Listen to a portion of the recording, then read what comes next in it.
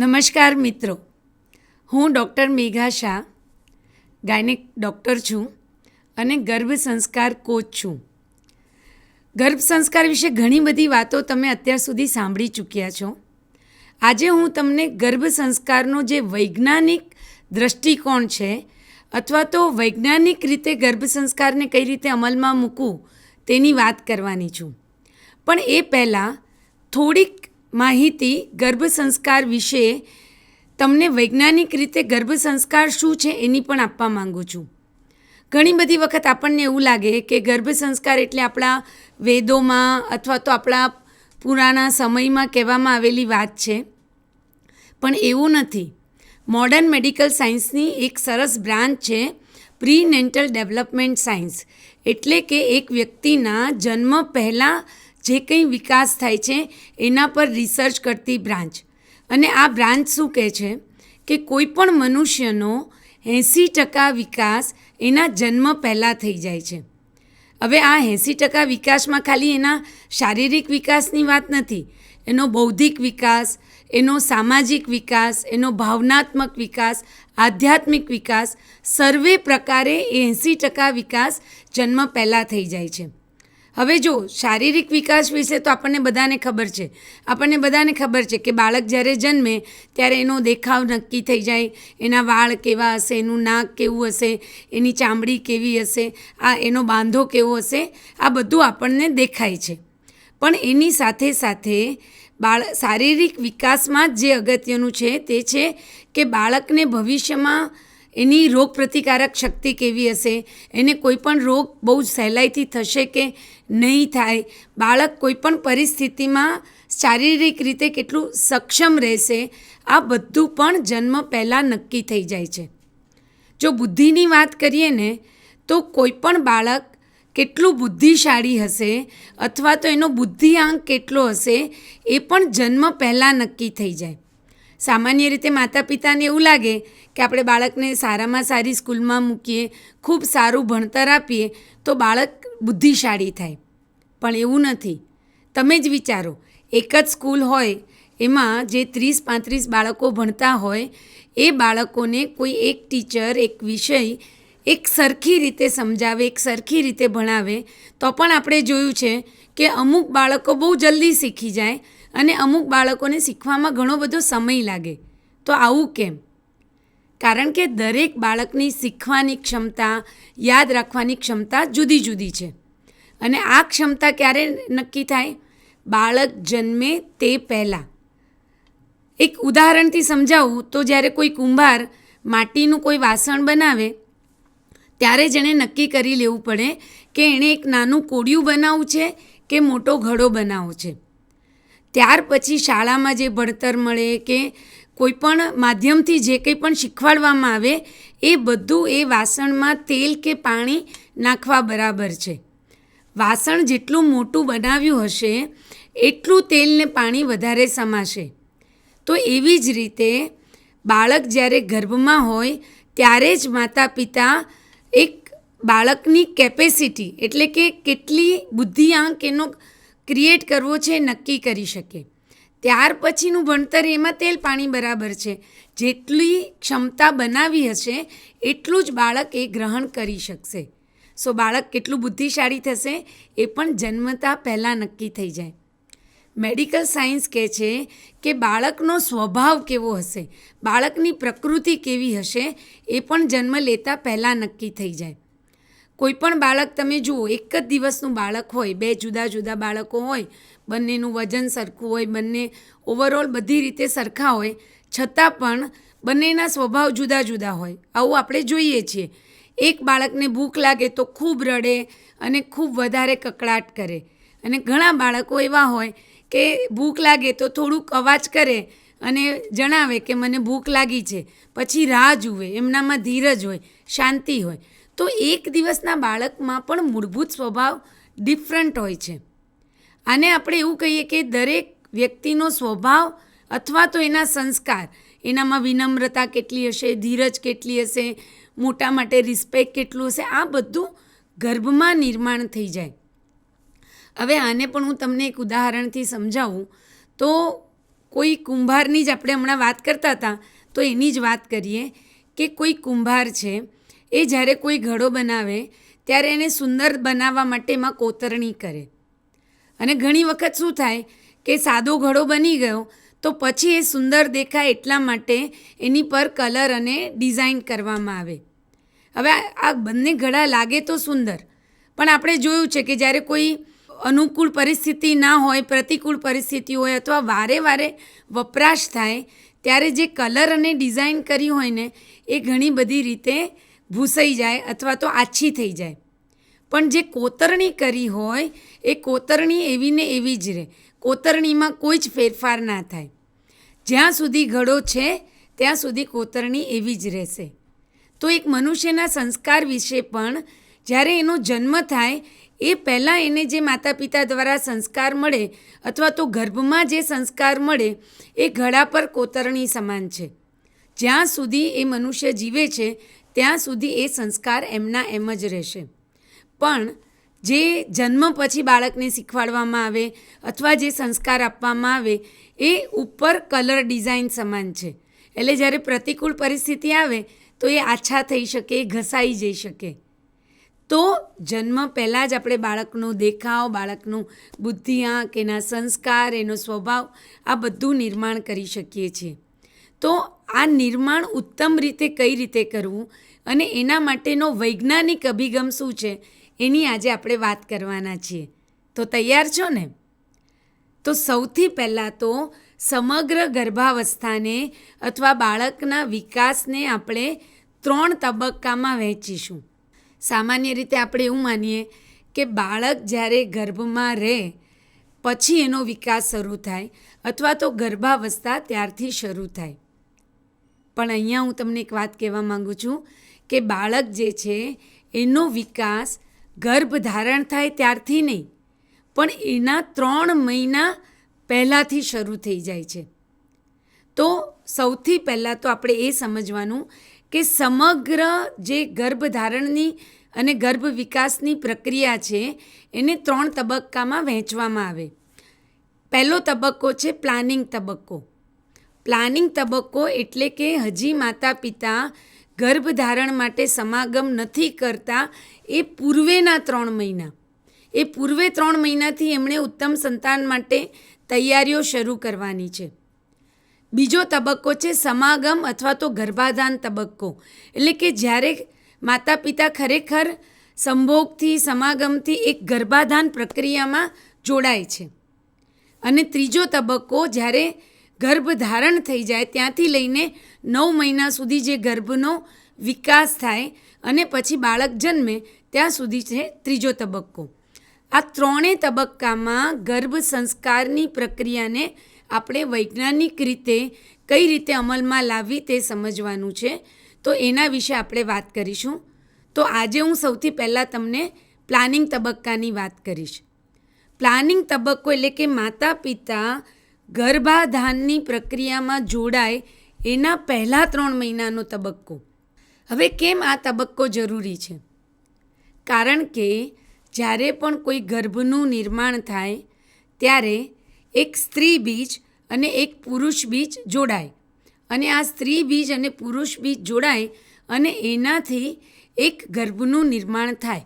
આ સામાન્ય સમજ કદાચ આપ સૌને હશે જ, બરાબર? પરંતુ શું આપણને એ ખબર છે કે જે સ્ત્રી બીજ અને પુરુષ બીજ જોડાઈ અને ગર્ભ બને છે એ સ્ત્રી બીજ અને પુરુષ બીજના બનવાની શરૂઆત 3 મહિના પહેલાંથી થાય.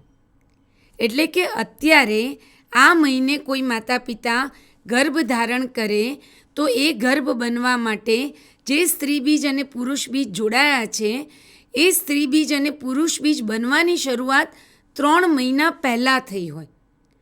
3 મહિના દરમિયાન આ સ્ત્રી બીજ અને પુરુષ બીજનો વિકાસ થાય અને 3 મહિના બાદ એ એટલા સક્ષમ બને કે એ ગર્ભધારણ માટે યુટિલાઇઝ થઈ શકે. તો આ જે 3 મહિનાનો ગાળો છે ને એ 3 મહિનાનો ગાળો નક્કી કરે છે કે સ્ત્રી બીજ અને પુરુષ બીજમાં કયા પ્રકારના ગુણો આવશે, કયા પ્રકારના લક્ષણો આવશે જેના દ્વારા બાળકનું નિર્માણ થશે. હવે એને સમજવા માટે હું તમને એક સાદી સમજણ આપવા માંગુ છું. આપણને બધાને ખબર છે કે ગર્ભ જે છે એ રંગસૂત્રોથી બને છે. રંગસૂત્ર એટલે શું? આપણે કહીએ છીએ વારસાગત લક્ષણો.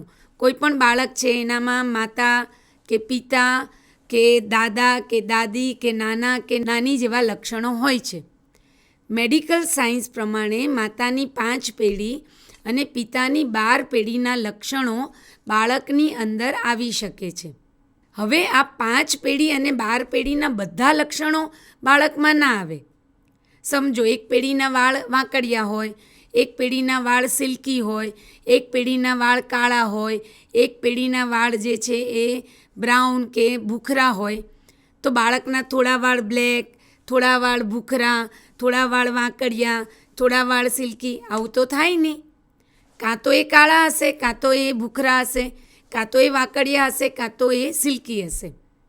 એક પેઢીનું નાક લાંબુ હોય અને એક પેઢીનું નાક ટૂંકું હોય, તો લાંબુ અને ટૂંકું બંને નાક તો શક્ય નથી. કોઈ એક પેઢીની આંખો ભૂરી હોય અને કોઈ એક પેઢીની આંખો બ્લેક હોય, તો એક આંખ બ્લેક ને એક આંખ ભૂરી, આવું તો શક્ય નથી. તો થાય શું કે માતાની 5 પેઢી અને પિતાની 12 પેઢીમાંથી અમુક અમુક લક્ષણો જે સ્ત્રી બીજ હોય એમાં અને અમુક અમુક લક્ષણો જે પુરુષ બીજ તૈયાર થતું હોય એની અંદર આવે. અને જે સ્ત્રી બીજ અને પુરુષ બીજથી ગર્ભ બને એમાં જે લક્ષણો હોય, ધારો કે એમાં વાંકડિયા વાળનું લક્ષણ હોય, ધારો કે એની અંદર કાળી આંખોનું લક્ષણ હોય, ધારો કે એમાં લાંબા નાકનું લક્ષણ હોય, તો એ લક્ષણો આપણા સંતાનમાં આવે. તો હવે અહીંયા એક વાત સમજવાની છે કે 3 મહિના પહેલાં માનું જે અંડપિંડ છે એની અંદર એક સાથે 15થી 20 ઈંડાઓ બનવાની શરૂઆત, એટલે કે સ્ત્રી બીજ બનવાની શરૂઆત થાય. અને આ 15-20 સ્ત્રી બીજ છે, દરેક સ્ત્રી બીજમાં જુદા જુદા 5 પેઢીના લક્ષણો છે. અને આ દરેક સ્ત્રી બીજ ધીરે ધીરે મોટા થાય, એમાંથી માત્ર એક જ સ્ત્રી બીજ 3 મહિના પછી એટલું મોટું થાય કે એ ગર્ભધારણ માટે કામ લાગી શકે. બાકીના સ્ત્રી બીજ થોડા થોડા મોટા થઈને એનો વિકાસ અટકી જાય. તો જે સ્ત્રી બીજ વધારે મોટું થયું છે એમાં જે લક્ષણો છે એ લક્ષણો બાળકમાં આવશે. હવે સામાન્ય રીતે આપણે એવું માનીએ કે આ તો ભગવાનની મરજી છે અથવા તો આપણું જે નસીબ હશે એ પ્રમાણેના લક્ષણોવાળું સ્ત્રી બીજ મોટું થશે. પણ વિજ્ઞાન શું કહે છે?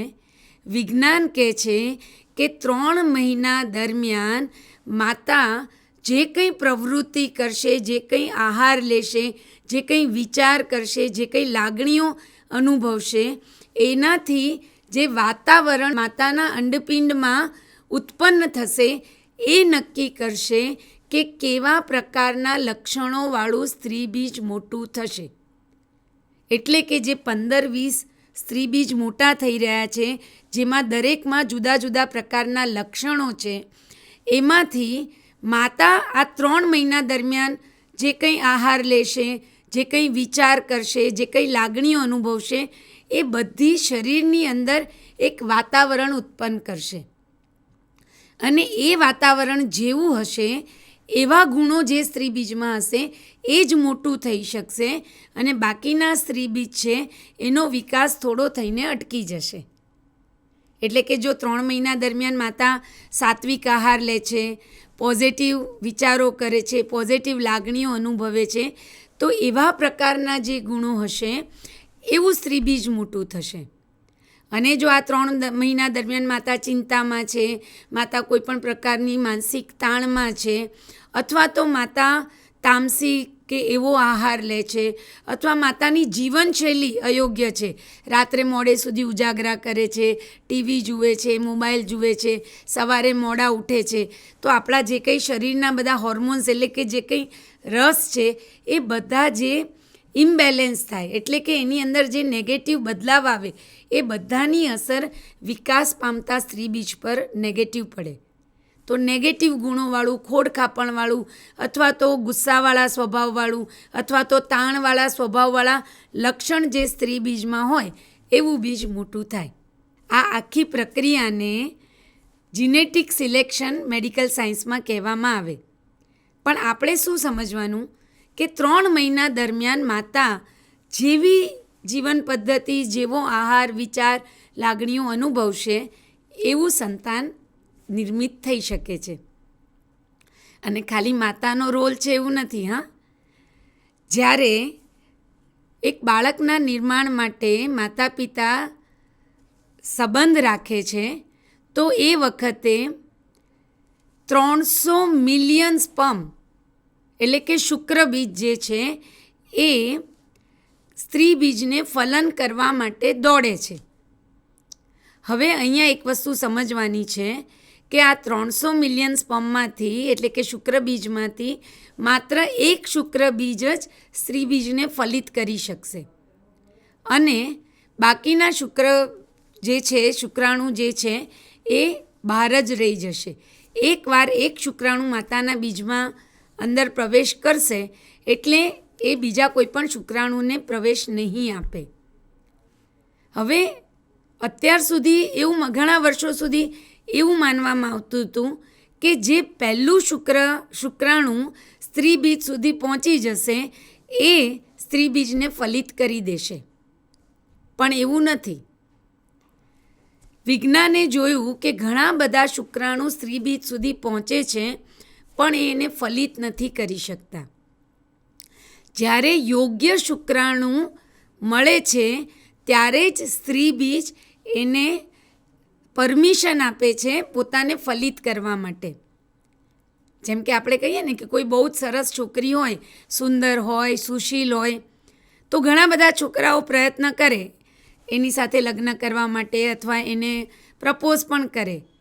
તો એવું તો નથી કે જે પહેલો છોકરો પ્રપોઝ કરે છોકરી એને હા પાડી દેશે.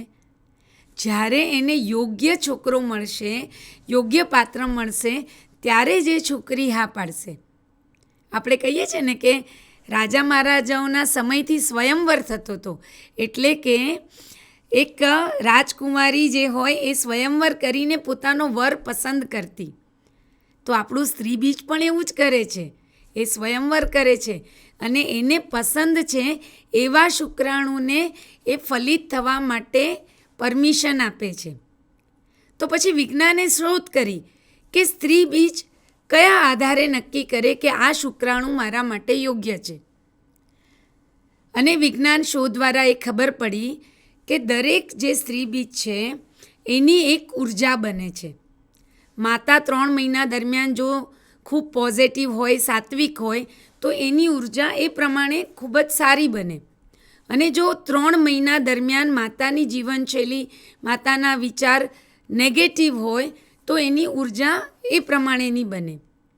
જે પ્રમાણેની સ્ત્રી બીજની ઉર્જા હોય એવી જ ઉર્જાવાળું શુક્રાણુ જ્યારે સ્ત્રી બીજને મળે ત્યારે એ ફલન માટે પરમિશન આપે.